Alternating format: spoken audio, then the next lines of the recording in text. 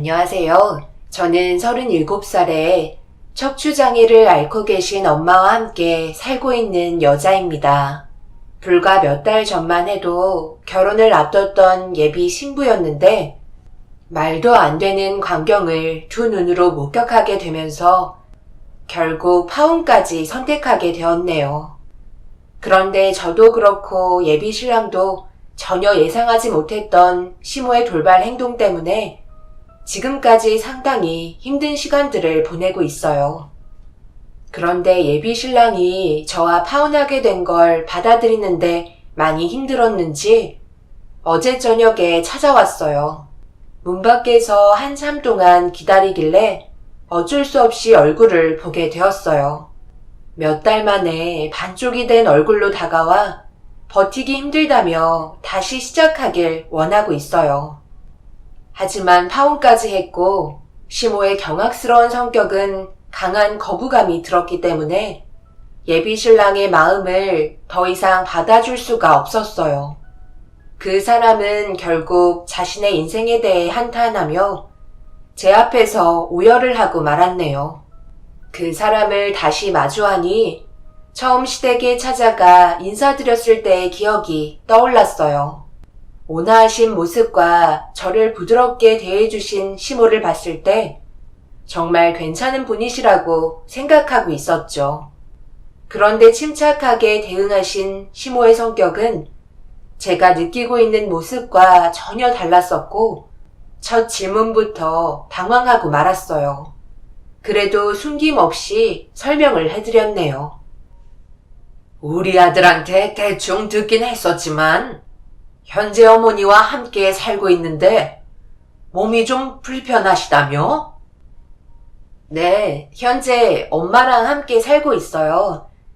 예전에 오토바이 사고를 당하셔서 허리를 좀 다치셨거든요. 지금까지 후유장애를 앓고 계셔서 통원 치료를 받고 있는 중이세요. 걷는 게 조금 불편하시지만 일상생활하는데 지장은 없으세요. 몸 관리 잘 하셔야 되겠네. 늙으면 여기저기 아픈 것도 많아지고 다친 곳은 쉽게 회복하지 못하거든.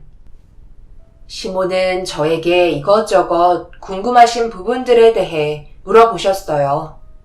표정과 말투는 온화하신데 질문은 날카로우셨죠. 알 수 없는 시선으로 저를 한참 동안 응시하셨고 그걸 지켜본 예비 신랑이 무슨 생각하시냐며 시모에게 여쭤보자 그제서야 저를 보며 웃으셨네요. 다행히도 큰 문제 없이 시부모님과 나쁘지 않은 시간을 보낸 뒤 집으로 돌아왔습니다. 딱히 그 사람과 저와의 사이를 반대하시진 않으셨고 무난하게 결혼할 수 있을 거라 생각했었어요. 그런데 상견례장에서 결혼 생각을 고민하게 되는 순간이 다가왔고 그 사람 또한 시모를 바라보면서 난감한 표정을 보이고 있었습니다. 저번에 새아가한테 어떤 상황을 겪고 계신지 대충 들었거든요. 그런데 말로 들었을 때와 다르게 건강 상태가 많이 안 좋아 보이시네요. 그래도 지금은 많이 회복했어요. 의사 선생님이 재활치료만 꾸준하게 받는다면 몇 년 안에 굽어진 허리도 펼 수 있다고 하더라고요. 몇 년이요? 아니, 그렇게 오래 걸린다고요? 둘이 이제 결혼 날짜도 잡아야 하는데 그전에는 정상인처럼 걸으실 수 없다는 거네요? 어떤 사고를 당했는지 대충 들으셨겠지만 오토바이가 허리 쪽으로 돌진하는 바람에 심각할 정도로 크게 다쳤었거든요. 그래서 더 이상 걷지 못할 줄 알았는데 이 정도까지 회복된 것만도 감사하게 생각하고 있어요. 분명 후유장애는 있겠지만 저도 몇 년 뒤면 더 이상 땅만 보고 걷는 일은 없을 것 같네요.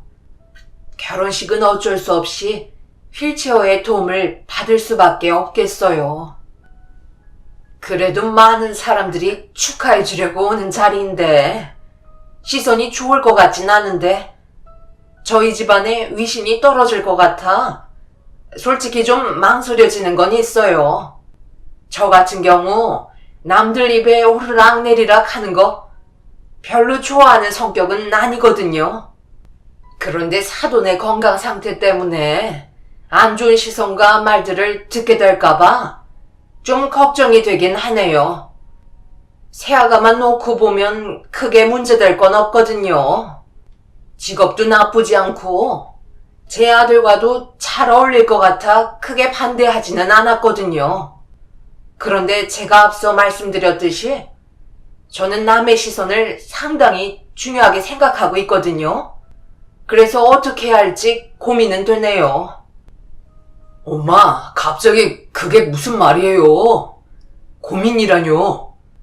그럼 우리 결혼을 반대하시겠다는 거예요? 시모는 저희 엄마의 몸 상태를 확인하시고부터 기분이 안 좋아 보이셨어요. 제가 인사드리러 시댁에 갔을 때 설명했던 거와 많이 다르다고 생각하신 것 같았습니다. 그렇다고 결혼하는데 지장을 주게 될 거라곤 예상하지 못했는데 시모의 돌발적인 모습은 저희 모두를 곤란하게 만들었어요. 순식간에 어두워진 분위기를 회복시키기에는 불가능했고 결국엔 더 이상 양가 집안의 자연스러운 대화는 이어나갈 수 없었습니다. 그 사람은 안 좋아지는 분위기를 계속해서 회복하려고 노력했지만 이미 저와 엄마는 표정이 좋지 않았어요. 장애를 입었다고 해서 차별하시는 건 분명 문제가 있었고 결혼은 다시 생각해봐야 했었죠. 상견례가 끝이 나고 엄마와 집으로 돌아가고 있는데 예비 신랑이 뒤늦게 쫓아오더라고요. 그날은 대화를 하고 싶지 않아 나중에 다시 연락하겠다고 얘기했지만 그 사람은 끝까지 저희 집 앞에서 제가 나올 때까지 기다리고 있었어요. 어쩔 수 없이 저희 집에서 다시 한번 대화를 주고받게 되었지만 이미 한 번 받은 상처는 쉽게 아물지 못했습니다. 우리 결혼 다시 생각해보는 게 좋을 것 같아. 어머님 그렇게 안 봤는데 정말 너무하신 거 아니야? 처음 얼굴 뵙는 자리에서 그런 막말을 하시는 건 예의에 어긋난 행동 아니신가? 사람은 누구나 다 사정이 있는 거잖아. 나는 어머님의 행동 이해를 못하겠어. 내가 대신 사과할게. 엄마가 그렇게 나오실 거라곤 나도 전혀 알지 못했거든. 그렇다고 우리 결혼 이대로 끝내는 건 너무 말이 안 되잖아. 그래도 함께한 시간이 있는데 사람은 누구나 실수도 하잖아. 왜 그런 식으로 말씀하셨는지 정확하게 여쭤볼게. 주변 시선을 중요하게 생각하신다는 건 어느 정도 알고 있긴 했지만 그래도 악의적으로 말씀하신 건 아닌 것 같아. 악의적인 걸 떠나서 우리 엄마 앞에서 그런 식으로 말씀하셨다는 게 문제인 거잖아. 만약 말실수를 하셨다면 먼저 사과부터 하시는 게 순서 아닐까? 우리 엄마가 받은 상처는 전혀 생각하지 않고 계시잖아. 어머님께서 하신 잘못이 무엇인지 인지를 못하신다면 더 이상 결혼은 진행하고 싶지 않아.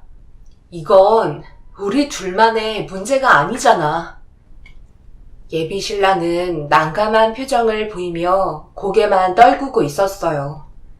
저도 그 사람을 사랑하고 있지만 잘못된 행동은 확실하게 짚고 넘어가는 게 옳은 거라 생각했었습니다.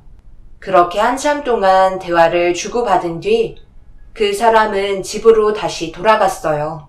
그리고 며칠 뒤 회사 일을 마치고 퇴근하려는데 문자 한 통이 왔어요. 저희 회사 근처 카페에서 기다리고 계신다는 내용이었죠. 전화를 안 하시고 문자만 보내신 시모 행동을 이해할 수 없었지만 그래도 집으로 출발하기 전에 확인할 수 있어서 다행이라 생각했었죠. 그렇게 카페에 들어가니 시모의 모습이 보였고 무슨 일 때문에 그러시는지 자리에 앉으면서 여쭤봤네요. 내가 저번에 상견례 자리에서 말이 좀 심했었니? 기분 나빴다면 미안하다. 그 정도로 상처받을 줄 몰랐지. 속으로 고민하고 있던 걸 표현한 것 뿐인데 상처받게 될 거라곤 전혀 인지하지 못했네. 그냥 남들이 어떤 생각을 하게 될지 그거에 초점이 맞춰져 있어서 말이 헛나왔었나 보다. 사람은 언제나 실수하기 마련이잖아. 나도 입조심했어야 했는데 조심하지 못해서 정말 미안하게 생각한다. 민태가 집에 들어오자마자 난리를 치길래 그때 알았지 뭐야. 내 입이 주책이다. 앞으로 입 조심할 테니까 세아가 마음 좀 풀고 사돈께 잘 좀 말씀드리면 안 되겠니? 우리 아들 지금 너무 괴로워하고 있어서 내 마음도 너무 아파 죽겠다. 기분 풀어줄 수 있지? 나 때문에 이 결혼 무너지면 되겠니? 우리 좋은 일만 생각해야지. 시모는 저에게 계속 미안하다는 말을 반복하셨고 제 손을 꽉 잡으시더니 진심으로 사과를 하셨어요. 그런 모습을 뵈니 저도 점점 기분이 풀리기 시작했고 시모의 진심을 받아들이게 되었어요. 그렇게 상황이 정리되고 나서 집에 돌아와 시모와 나누었던 대화 내용을 엄마에게 알려드렸어요. 엄마도 제가 한 얘기를 곰곰이 듣고 계시다가 시모의 사과를 받아주셨습니다. 그리고 그날 저녁 그 사람에게 전화가 왔어요. 모든 상황이 잘 정리가 됐는지 물어보기 시작하길래 좋게 마무리 지었다고 설명해 주었습니다. 그제서야 안심이 되었는지 다시 결혼을 준비할 수 있다는 거에 목소리는 밝아졌어요. 누구나 실수는 할 수 있기에 두 번은 이런 일이 발생되지 않길 바랬어요. 그래서 시모의 행동을 그냥 넘긴 거였는데 얼마 뒤 또 다른 문제가 발생이 되었고 그때는 듣고 있던 저도 너무 어이가 없어서 시모의 대화 내용을 녹음하게 되었습니다. 내가 아들 말이면 껌뻑 죽잖아. 어쩔 수 없지 뭐. 결혼 허락 안 했어 봐. 아주 난리도 아니었을 거야. 이대로 진행하는 게 맞나 싶네. 그러게 자식이기는 부모 없잖아. 며느리는 괜찮다고 하지 않았어? 직업도 나쁘지 않고 성격도 싹싹하니 마음에 든다면서? 그런데 문제는 안사돈이 몸 상태가 별로 안 좋으셔. 내가 제일 불편하게 생각하는 게 뭔지 알지? 남의 시선인데 생각을 해봐. 결혼식 때 혼주 입장하는데 제대로 걷지도 못하는 안사돈과 함께 입장하면 내 이미지가 어떻게 되겠냐고. 그동안 쌓아왔던 게 순식간에 무너지게 되는 거잖아. 허리 하나 제대로 못 펴고 땅만 보며 걷고 있는데 그대로 혼주 입장을 하겠다고? 그게 말이 되니? 그렇다고 결혼 안 시킬 거야? 아들내미가 난리치는 거 보고 싶지 않으면 그날만 참으면 되는 거 아니야? 내가 그거 하나만 가지고 고민하면 말을 안 하지. 앞으로 내 아들이 몸이 불편한 안사돈 수발을 들어줘야 한다는 건데 그 꼴을 보면서 앞으로 어떻게 살아? 몸이 회복되는데 3년 이상이 걸린다는데 그것도 확실하지 않더라고. 내 아들 인생 말아먹는 건 아니겠지? 지인들과 함께 저녁을 먹고 카페에서 대화 좀 하려고 들어갔다가 시모를 발견하게 되었지만 얼굴 표정이 심각해 보이시는 것 같아 기회를 보고 인사를 드리려 했는데 하필 시모의 불만들을 듣게 된 거였죠. 결국 더 이상 들어드릴 필요도 없었고 시모의 이중적인 성격에 질려버린 저는 녹음된 파일을 예비 신랑에게 전송했어요. 잠시 뒤 전화가 걸려왔지만 받지 않았습니다. 그리고 헤어지자는 문자 한 통 남겨준 뒤 핸드폰 전원을 꺼버렸네요.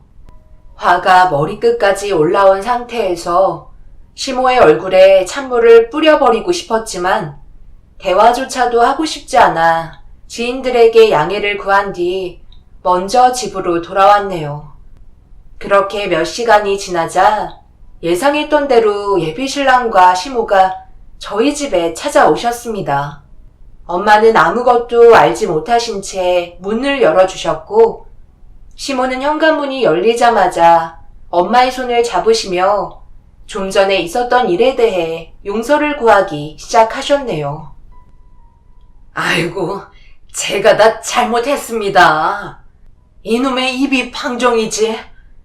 제가 그렇게까지 얘기할 수밖에 없었던 이유가 있었다니까요. 도대체 무슨 말씀을 하시는 건지 저는 지금 이해를 못했어요. 시은아, 밖에서 무슨 일이 있었던 거야? 당연히 있었죠. 어머님, 여긴 뭐하러 찾아오셨어요? 결혼시킬 마음은 애초부터 없으셨으면서 민트씨가 난리치는 모습은 보고 싶지 않으신가 봐요. 그런데 어쩌죠? 저는 이미 마음을 접었는데요. 그만 돌아가 주세요. 저희 집안을 그렇게 판단하고 계셨다는 게 너무 화가 치밀어 오르네요. 그냥 쉽게 용서해 드리니까 저희가 만만해 보이셨나 봐요. 2번 다시 얼굴 뵐 일 없을 것 같으니 나가주세요. 아까 했던 얘기는 그냥 생각 없이 뱉은 말이라니까. 세아가 너도 대충 내 성격 알겠지만 누구 앞에서 밉보이는 거 좋아하지 않는 거 알잖아. 그래서 어떻게 해야 사람들의 입에 오르내리지 않을지 고민하고 있었던 거야. 서로 좋은 말 들어서 나쁠 것 없잖아. 나도 이런 걱정하고 싶지 않지만 현실이 그런 걸 어쩌겠어. 그러니 제발 내 아들과 결혼 안 하겠다는 말은 하지 말아줬으면 좋겠어. 차라리 내가 쥐 죽은 듯이 조용하게 지내면 되잖아. 그러니 이번 딱 한 번만 넘어가주면 안 되겠니? 안 될 것 같아요. 저는 어머님께서 다른 사람들에게 저희 집안을 깎아내린 말씀을 하셨다는 거에 이미 너무 큰 상처를 받아버렸어요. 엄마는 왜 이렇게 조심성이 없으세요? 시은이가 넘어가 준 지 얼마나 됐다고 벌써 이런 사태를 만들어요.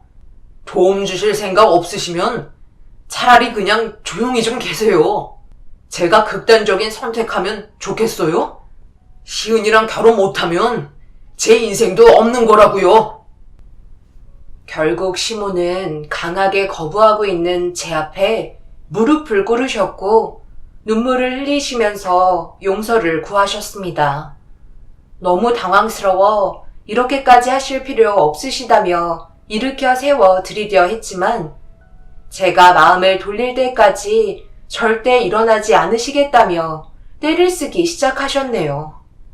이미 시모의 마음 전부를 알게 됐는데 결혼을 무리하게 진행하는 건 원하지 않는다고 확실하게 못을 박았어요. 그러자 아무 잘못도 없는 예비 신랑도 시모 옆에 무릎을 꿇었습니다. 이렇게까지 결혼할 필요 없다며 등을 돌리려던 순간 갑자기 예비 신랑이 극도의 스트레스를 받았는지 가슴을 움켜쥐며 고통스러워했어요.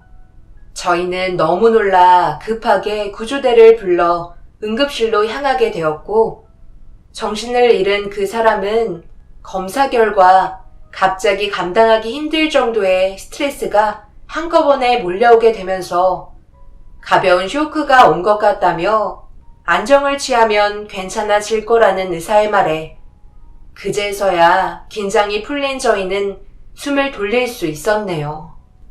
시모의 생각 없는 행동 때문에 하마터면 예비 신랑이 불행해질 수도 있는 상황이 시모에게 엄청난 충격으로 다가왔는지 결국 오열을 하셨습니다.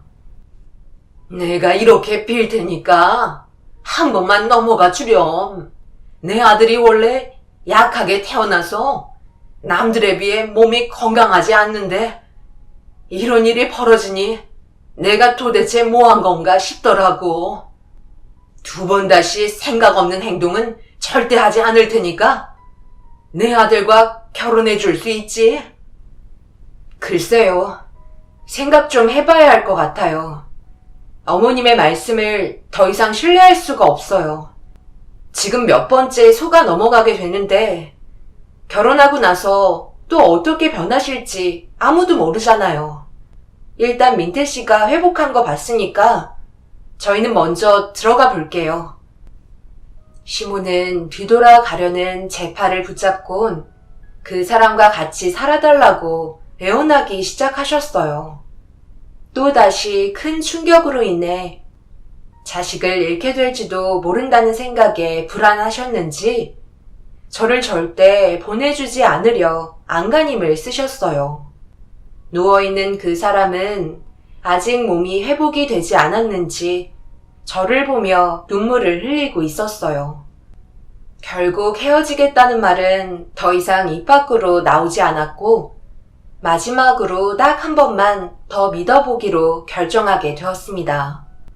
시모는 저에게 두 번 다시 이런 일은 없을 거라며 또 다시 문제가 생길 시 그때는 더 이상 잡지 않겠다며 정과는 확실하게 다른 모습을 보여주고 계셨어요.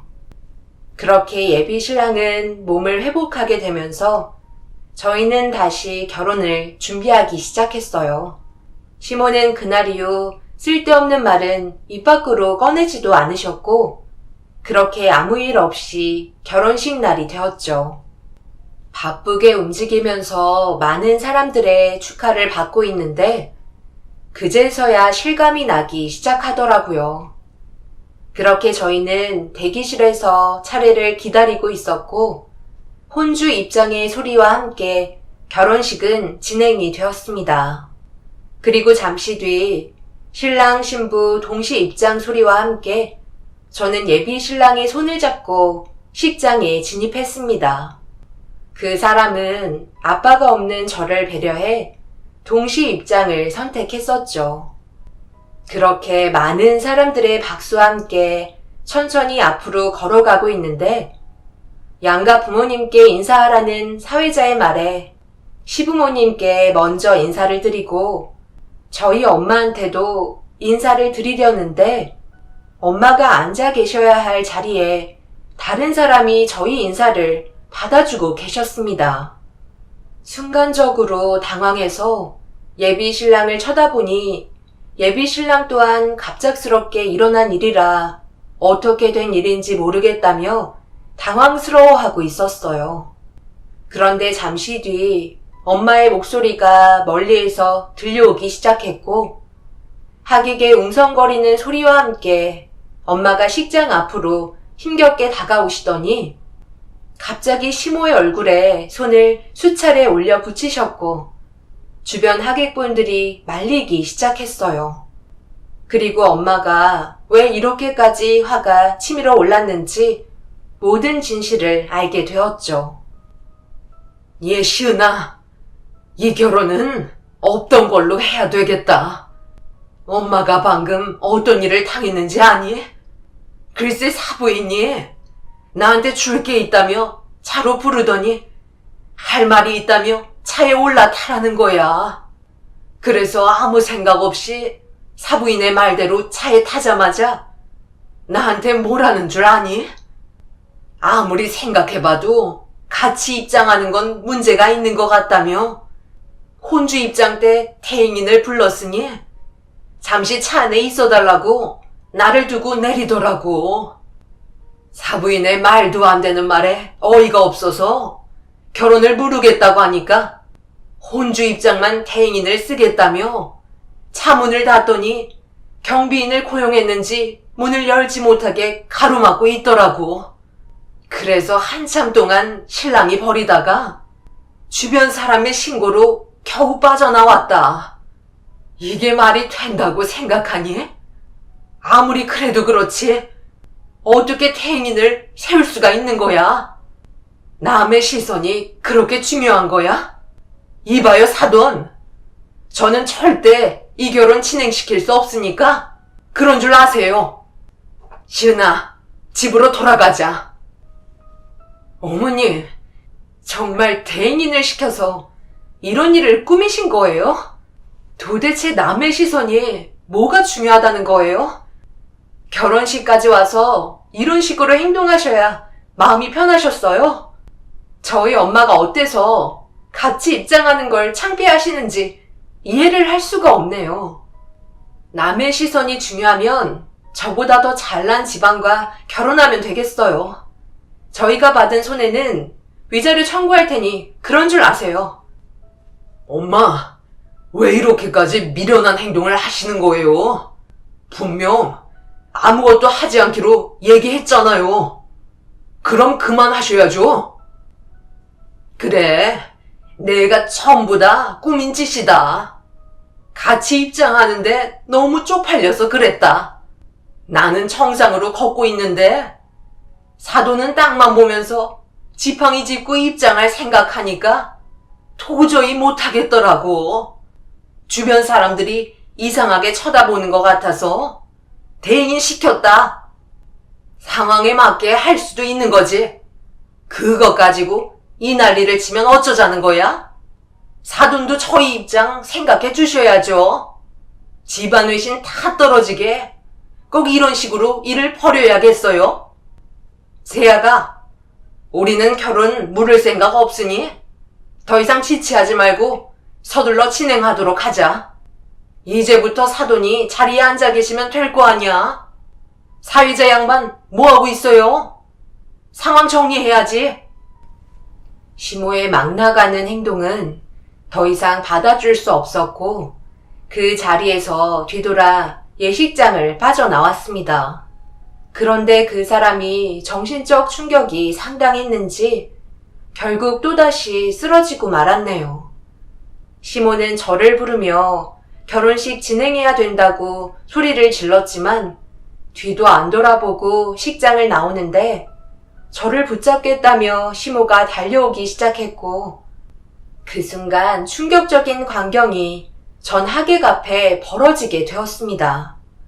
한복을 입은 상태로 앞만 보며 뛰어오시는데 철퍼덕 소리와 함께 시모는 제 앞에서 넘어지셨고 갑자기 비명을 지르며 이리저리 뒹굴고 계셨어요. 얼굴을 부여잡고 계신 손에서 혈흔이 흘러나오는데 바닥에 충격적인 무언가가 꿈틀거리고 있었습니다. 저도 너무 놀라 입을 틀어 막았고 하객분들도 비명을 지르기 시작하셨어요. 시모는 저를 붙잡겠다며 달려오시다가 넘어짐과 동시에 자신의 혀를 두 동강 내버리셨네요. 119의 신고로 급하게 예비 신랑과 시모는 응급실에 실려갔지만 떨어져 나간 혀를 아무런 조치도 취하지 않고 그대로 방치하게 되면서 세균 증식과 혈액의 응고로 인해 결국 봉합 수술을 받을 수 없었습니다. 예비 신랑은 뒤늦게 정신을 차리고 시모의 혀가 떨어져 나갔다는 사실에 엄청난 충격을 받았는지 결국 눈물을 흘리고 말았습니다. 시모는 응급조치를 취했지만 더 이상 아무 말도 하지 못하고 입만 다물고 계셨어요. 결국 생각 없이 막말을 뱉었던 시모의 행동이 낳은 결과였고 그날 이후 예비 신랑과 저는 파혼을 하게 되었습니다.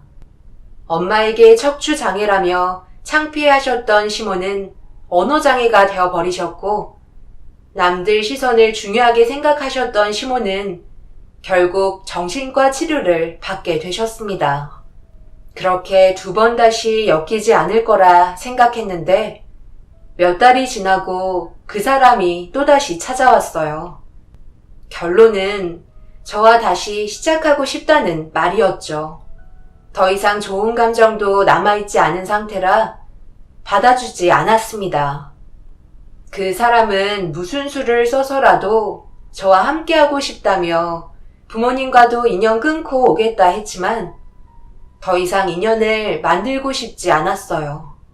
저도 그렇고 그 사람도 정신적으로 회복하는데 꽤 오랜 시간이 필요하겠지만 그래도 현실을 받아들여야지 어쩌겠어요. 저희는 여기까지였고 2번 다시 엮이고 싶지 않습니다. 앞으로 좋은 날만 생겼으면 좋겠네요. 여러분들 주위에서도 혹시 남들 시선을 중요하게 생각하고 이중적인 성향을 나타내시는 분들이 계신가요? 그런 분들과 인연을 만든다는 건 분명 좋은 결과를 가져오지 못할 거예요. 저도 이번 일로 확실하게 느꼈으니까요. 여러분들께서도 제 사연을 통해 인간관계를 신중하게 만드시길 바랍니다. 오늘 하루도 언제나 가정의 평화가 함께 하시길 바라며 좋은 일만 가득하시길 바랍니다. 감사합니다.